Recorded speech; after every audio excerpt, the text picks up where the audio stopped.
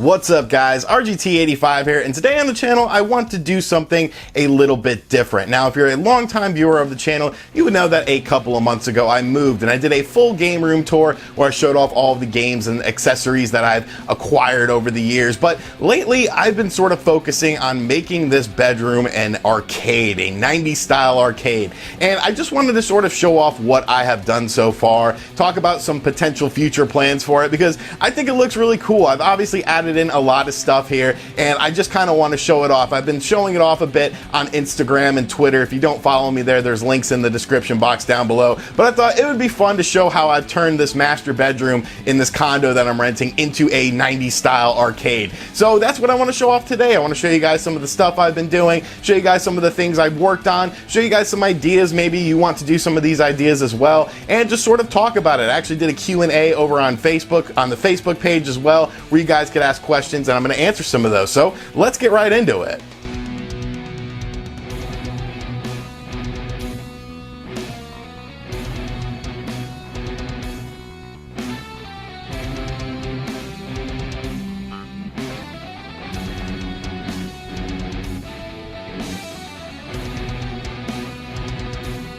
So first off, lighting is going to be very important in this game room. Right now I obviously have a filming spotlight set up, but this is just a basic lamp with a interesting light bulb that actually changes colors. You can do all sorts of crazy stuff with it. It actually comes with a remote. I picked this up off of Amazon, just the bulb itself, for like $10. It fits right into any lamp and I really like it. All of the B-roll footage that I'm showing you guys really sort of showcases how this room is supposed to be without all this additional lighting and stuff like that in here. But I really like what this does. Like I said, it just plugs into any sort of lamp, so it's super easy to manage. I do need sort of a little smaller stand for this lamp and maybe put it up a bit more, but I definitely like it. You know, it's a clean little aesthetic and I really like how the colors sort of rotate like this.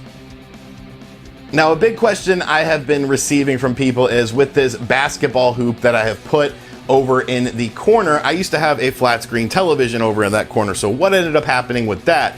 Well, I ended up just moving it to this side of the room and I think it works really well. Now, since I rent this place, I did not want to, you know, drill holes into the wall and mount it onto the wall. So I actually found this tripod thing on Amazon and it's a TV tripod. It basically mounts to the back of the TV like a standard mount would, and then it's just a tripod. You can move the TV around, you can position it in different angles and stuff like that. So, you know, it works for me. It's probably not the most aesthetically pleasing thing, but I think it works pretty good. You know, it holds the TV up. I don't even think I put it together right. There was a lot of additional pieces that we had, but I think it looks good. It definitely keeps the television out of the way. And this is a TCL TV. It's a 49-inch. I did have a 55-inch in here, but I actually moved that into the living room because this room, you know, it isn't all that big anyways, and the 49, I feel, definitely fills it up. This is like a $250 TV, but the TCL TVs are, honestly, they're pretty decent for the price that you're paying for them. So I really like it. The tripod seems to work good. I just hope it doesn't fall in the middle of the night, but you know, it's cool. It works for me. And then right next to the HD TV, we of course have the CRT TV. You gotta have a CRT TV if you have a gaming room, especially if you love retro games like I do. Definitely a must own in my opinion. This is the Sony Wega, which is pretty much the cream of the crop when it comes to normal CRT TVs. Obviously PVM monitors are a little bit more desired, but this TV is great. You know, if you just wanna play a retro console, you just wanna hook up a retro console and have it look as good as possible via composite or component or S-Video, this TV definitely gets the job done. Fantastic TV, weighs a frick ton, but I absolutely love it. All right, so before we talk about this portion here where we really get into the arcade stuff, like I said, I did have a post over on the Facebook page where I asked you guys what sort of questions you had about the arcade, and Neil actually asked any more arcade one-up cabs you would go for if you had more space. Space isn't really an issue to me because I can always sort of figure out things. I'm actually kind of decent at Tetris, so I can move things around, I can make things work. As far as the current line of arcade one-up cabs, you know, I have the ones that I want. We're going to talk about these arcade one-ups in just a moment. But as far as future ones, you know, there's a lot of crazy rumors out there. I've heard Marvel vs. Capcom was available to sort of play at CES behind closed doors. Of course, there's NBA Jam, there's Turtles, there's X-Men. So I think at E3 2019, depending on when you're watching this video, I think we're going to learn about a lot more arcade one-up cabs. But as far as the cabinets that I want that are currently available on the market at the time of this filming, I pretty much have them. You know, I'm definitely satisfied with the ones that I have, and I definitely love the ones that I have. Alright, so now we're getting more into the real arcade portion side of things. So I just want to talk about the stuff I have set up over here and maybe give you guys some ideas. So this flashing sign that you see right there, I actually purchased that off of Amazon. It was like $30. It didn't really have good reviews because many people felt that the LED just scrolled too fast, but I actually like that it scrolls fast. You know, I think it sort of replicates how an arcade sign would be. So I like it. You know, it's very simple. It plugs right into the, you know, AC jack, so not a big deal. Definitely something very cheap but very cool. And another thing, of course, is the brick. Now the brick is actually another Amazon purchase. It was about $10, and basically it's almost like wallpaper. It's just called a paper backdrop, and you just hang it up with tape or little pin cushions and it just stays up. I think it gives a real clean sort of aesthetic to the game room. I think it looks really cool because a lot of 90s arcades, you know, had that style of brick and things like that. So I think it looks really cool. You know, it's a very simple thing to do. It doesn't take much time at all. Like I said, you get some tape, you get some pin cushions, and you have it up on your wall. My buddy Xander actually came up with this idea. He has a Street Fighter arcade one-up cabinet, and he put this behind his, and I was like, yo, that looks so good. What did you do? He's like, oh, it's just paper, you know, tape that you put up. So I definitely really dig it. I think it looks really cool. It makes everything pop really well as well. All right, and here we have the three arcade one-up machines. I have the Mortal Kombat 2 machine, which we've done a full review on. Make sure you guys check that out if you're interested. The Street Fighter 2 Champion Edition, which we did a full review on. Make sure you guys check that out if you're interested. And the Final Fight one. Once again, we did a full review on this. But yes, these are the three arcade one-up cabinets that I really gravitated towards because these were prominent games when I was a kid. These were games that, you know, if you would have told me that as a child, you know, if you would have told me when I was a kid that I was going to have a Street Fighter and a Mortal Kombat arcade cabinet in my house when I was an adult, I would have been like, okay, you're an idiot. But you know, it's just so cool because I didn't really get to go to arcades much as a kid. You know, the only time I would ever go to the arcade was when I was at the mall or something like that, or I went to go play putt-putt, you know, mini golf, and they had some arcade machines there. But some of my fondest gaming memories from being a kid, I guess, are from arcades because of how infrequently I went to them. So I've always loved arcade stuff. I always wish that I could have gotten to arcades more as a kid, but just, you know, just where I lived, there weren't many arcades around. So it's definitely a great way to sort of relive these things. I do have, of course, a little strip light on the Street Fighter cabinet that is controlled by a remote. Very simple. Once again, it's kind of hard to tell because of the lighting that I have going on right now, but it does make the machine pop a bit. As far as quality is concerned, I've had this one since October, and I've actually moved with this one. I had no problems in the move. They are very lightweight. The Final Fight one is great. The Mortal Kombat 2 one, I have heard that some people that use the EJB menu, which allows you to access hidden settings and unlock characters in games like Ultimate Mortal Kombat 3, I have heard that it has been frying some of those games. I know my buddy Gilly the Kid did the EJB menu on Ultimate Mortal Kombat 3, and now he's not able to play Ultimate Mortal Kombat 3 all of a sudden. Now, personally, I have used the EJB menu. I used it to unlock the characters in Ultimate Mortal Kombat 3 and adjust the volume a little bit, so I've had no problems with it. It saved all of my settings and all of the three games work fine, but I do just want to sort of throw that out there just so you guys know. But as far as quality is concerned, you know, I've had no issues. I know some people have horror stories about these cabinets.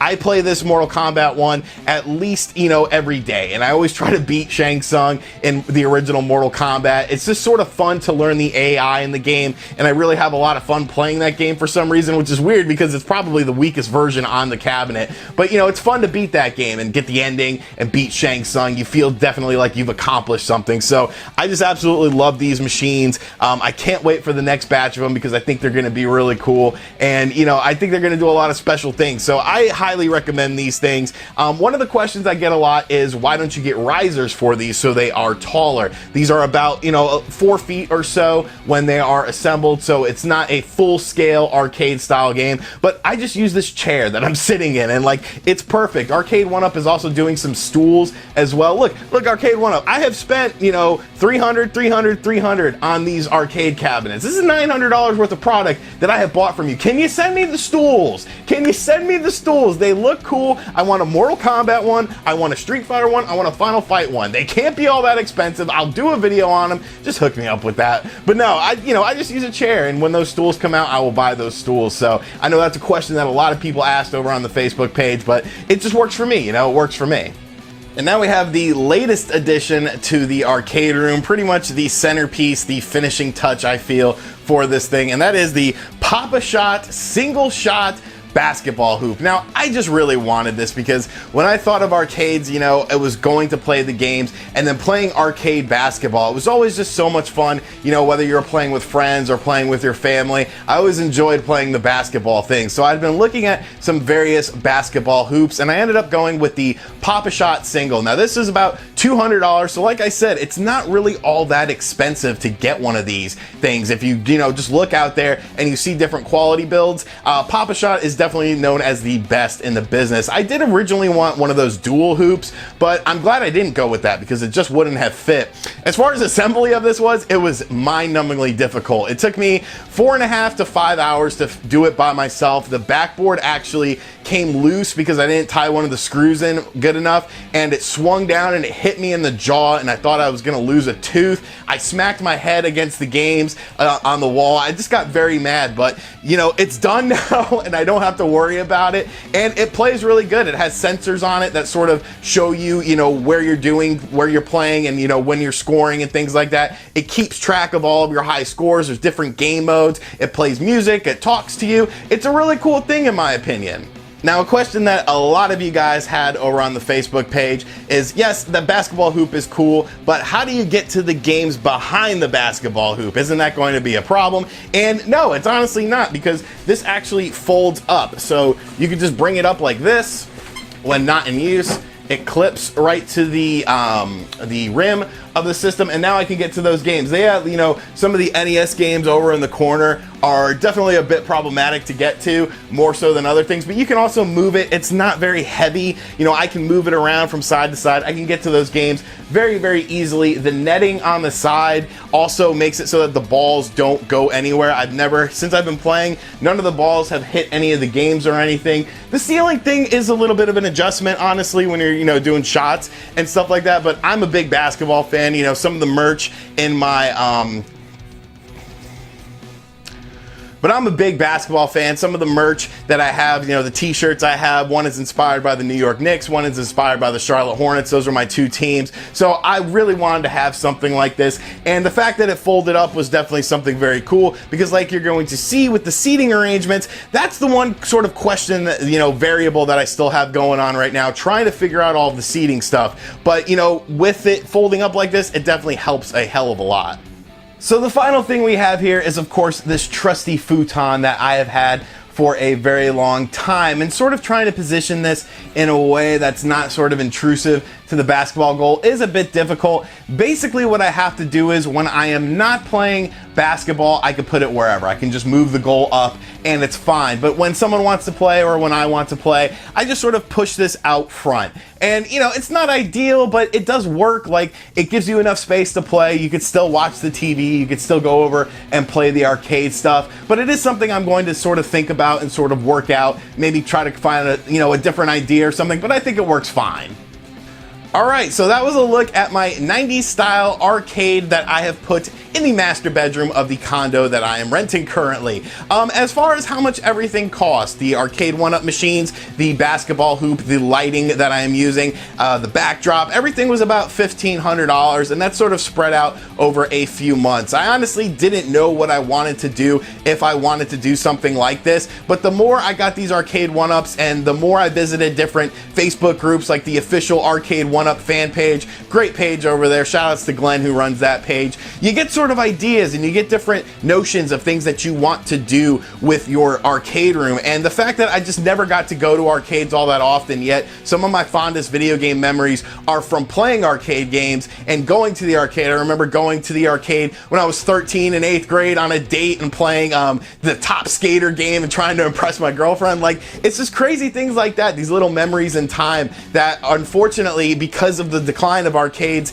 in America and around the world pretty much, you don't get to experience that anymore. So I just wanted to make a little piece of heaven in my own place, make a little cool arcade. And the fact that, you know, I think I did a pretty good job with it. I think everything's coming out great and I'm just really satisfied with it. So let me know in the comment section down below if you are satisfied with it. Did I give you any ideas? What do you think of the game room? Should I add different things? I know some people were talking about skee ball and stuff. Right now space is a bit limited. If I could figure out something for skee ball, I would definitely look into that in the future. But right now I'm just hoping for more arcade 1UPs to be unveiled at E3 because I think they're gonna have a pretty good show, and then maybe I'll try to figure out where to put these things. But like I said, hope you guys enjoyed this video. Hope you guys got some of ideas, and now get the hell out of my house because I gotta go do other things.